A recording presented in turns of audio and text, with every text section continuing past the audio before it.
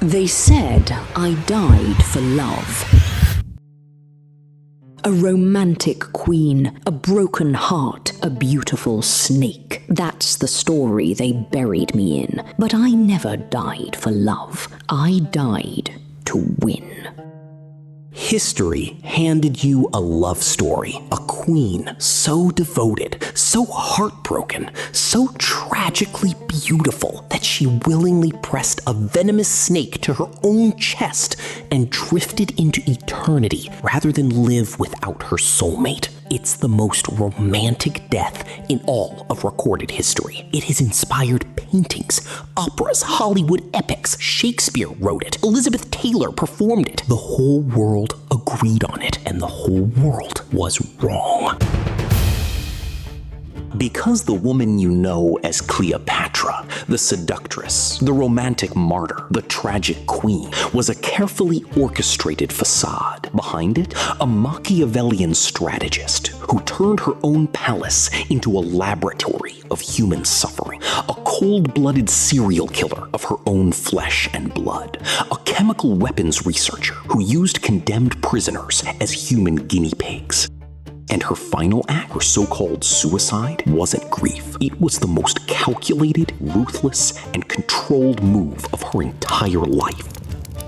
I am Cleopatra VII, Philopater, last pharaoh of Egypt, living goddess, reincarnation of Isis. I spoke 9 languages. I commanded the grain that fed Rome. I turned 2 of the most powerful men in the ancient world into marionettes, and I pulled the strings with a smile. They called me a seductress. I prefer the word architect. I didn't seduce Julius Caesar. I weaponized him. I didn't fall in love with Mark Antony. I acquired him.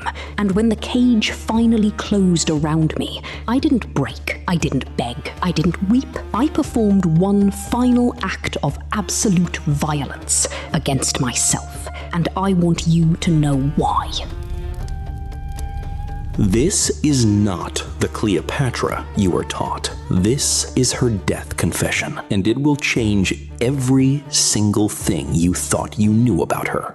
It is the summer of 30 BC. The most powerful woman on Earth is losing. Octavian, the man who will become Emperor Augustus, has marched his legions to the gates of Alexandria. Mark Antony's army has deserted. The Egyptian fleet has surrendered without firing a single arrow. The walls of the most powerful city in the ancient world are crumbling, and Cleopatra, the woman who once commanded the grain supply of an empire, who lit the great lighthouse with a fire visible for 30 miles, who sat on a throne of onyx and gold and received the world's most powerful men as supplicants, she is locked inside her own unfinished mausoleum, alone, surrounded by mountains of treasure, the stench of terror in the snow, and she has just turned her palace into something that no history book talks about.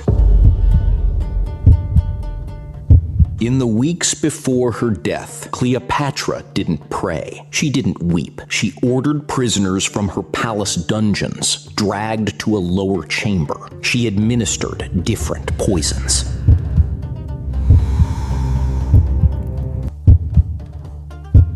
You want to call it monstrous. I call it necessary. I watched a man given strychnine, his spine arched so violently backward I heard his own bones crack before the asphyxiation took him. I noted too painful, undignified. I watched a woman given belladonna. She hallucinated for 40 minutes, screaming at demons that weren't there, before her heart finally gave out. I noted too chaotic, too long, no control. I watched men bitten by snakes. I watched the necrosis spread. I watched the flesh rot while they still breathed. I timed every second. I was not cool, I was precise. A goddess does not beg for mercy. A goddess engineers her exit.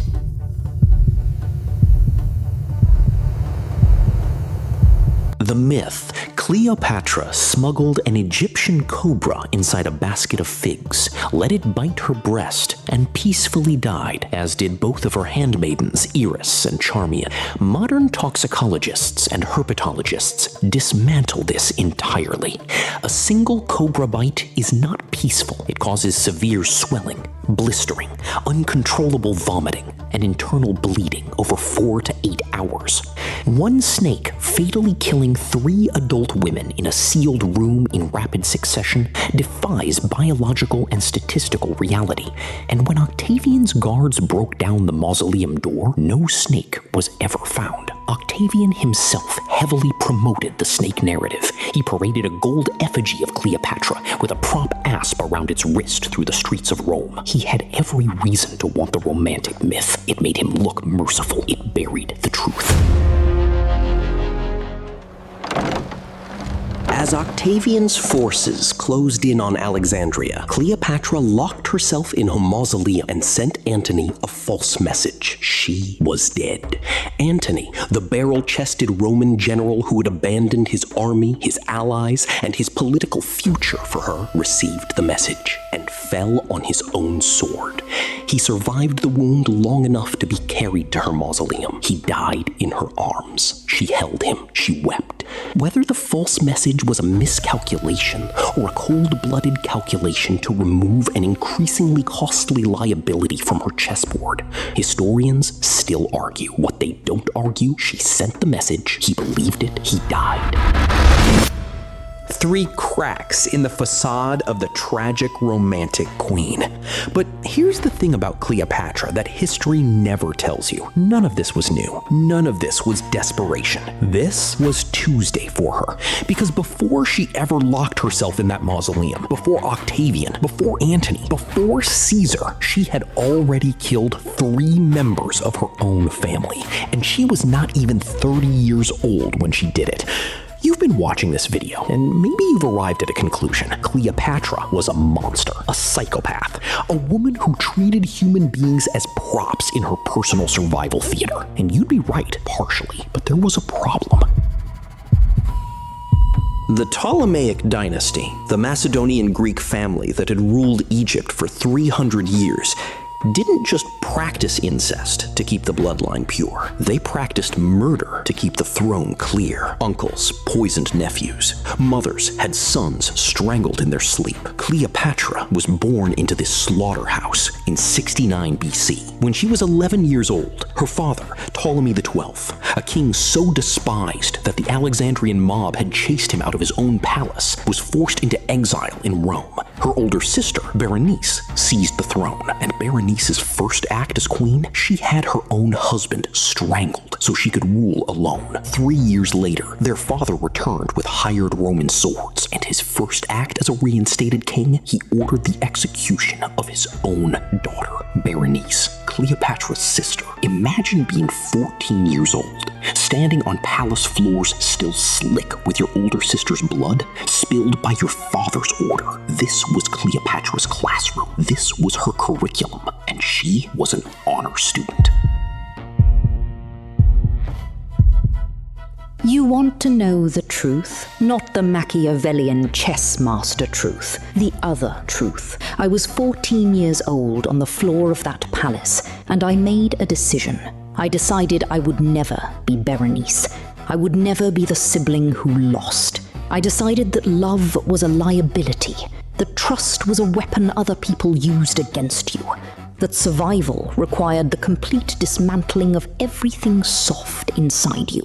I dismantled it, piece by piece, year by year. My brother Ptolemy XIII, I went to war with him. He drowned in the Nile, dragged under by the weight of his own golden armor. I noted efficient.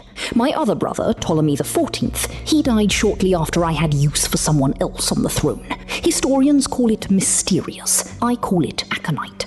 My sister Arsinoe, she fled to the sacred temple of Artemis at Ephesus, one of the wonders of the ancient world. To spill blood there was an unforgivable sin against the gods themselves. I ordered Antony's men to drag her out screaming and execute her on the temple steps. I had eliminated every person who shared my blood. I built a fortress of family carcasses around my throne, and I felt nothing. That was the part that frightened me. But here's where the head fake arrives. You've been building a portrait of a woman in total control. A Machiavellian operator who eliminated every threat, acquired every ally, and engineered every outcome. So why did she lose? If she was this good, this calculating, this ruthless, how did Octavian end up at her gates? The answer is the part of Cleopatra that the psychopath narrative can't explain. She had one weakness, not love, not loyalty. Ambition so enormous, it consumed her own strategy. She didn't just want to survive. She wanted to rule the world. She wanted to unite the Ptolemaic and Roman empires under her bloodline. She wanted her son, Caesarion, fathered by Julius Caesar, to inherit everything. That wasn't strategy. That was ego. And Octavian, that slight, boyish, cold-eyed man in the immaculate white toga, he saw it coming from a mile away. He didn't defeat Cleopatra with force. He defeated her by being more patient. August 12th, 30 BC. I can hear them at the door. Roman axes, oak splinters, morning light bleeding through the cracks. Let me tell you what they expected to find. Octavian wanted his trophy. He wanted to take the last pharaoh of Egypt, drag me through the streets of Rome in iron chains, parade me before hundreds of thousands of screaming citizens who would spit on me, hurl garbage at me, scream vile abuses at the woman who had once been worshipped as a living goddess. And at the end of that parade, the Tullianum, a stone pit beneath Rome, a hole in the ceiling, a cord around the neck, strangulation in the pitch dark. That was his plan for me. A psychological annihilation worse than death. Now let me tell you what I actually chose. Not a snake. Never a snake. You watched what the snakes did to my prisoners. The swelling, the vomiting, the rot, the hours. A woman who spent weeks designing her own death would never choose an animal she couldn't control. I chose the hollow gold hairpin I wore in my braided hair. I chose it because it was mine, because no guard would ever search a woman's hairpin. I chose 3 compounds: opium, hemlock, and wolfsbane. Each one a tool I had tested, each one a step in a sequence I had engineered. First, the opium. The panic dissolved, not into peace, into a forced, heavy fog. The terror of the cage began to bleed away.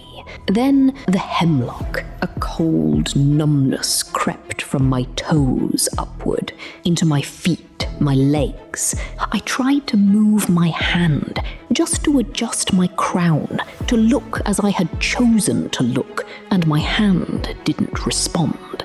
I was becoming a statue of myself, alive inside, imprisoned outside, and finally the wolfsbane, ice water through every vein. They say a cobra bite is peaceful. They are wrong. What I chose, what I designed, was not peaceful either, but it was mine. Every second of it was mine. The axes broke through, and Octavian walked in, expecting his trophy. He found a masterpiece. He found the last pharaoh of Egypt, laid out on a golden bed, dressed as a goddess, arranged by her own hand, utterly untouched by his soldiers. He found a woman who had orchestrated her final breath with the same ruthless precision she had applied to every single thing she had ever done in her life.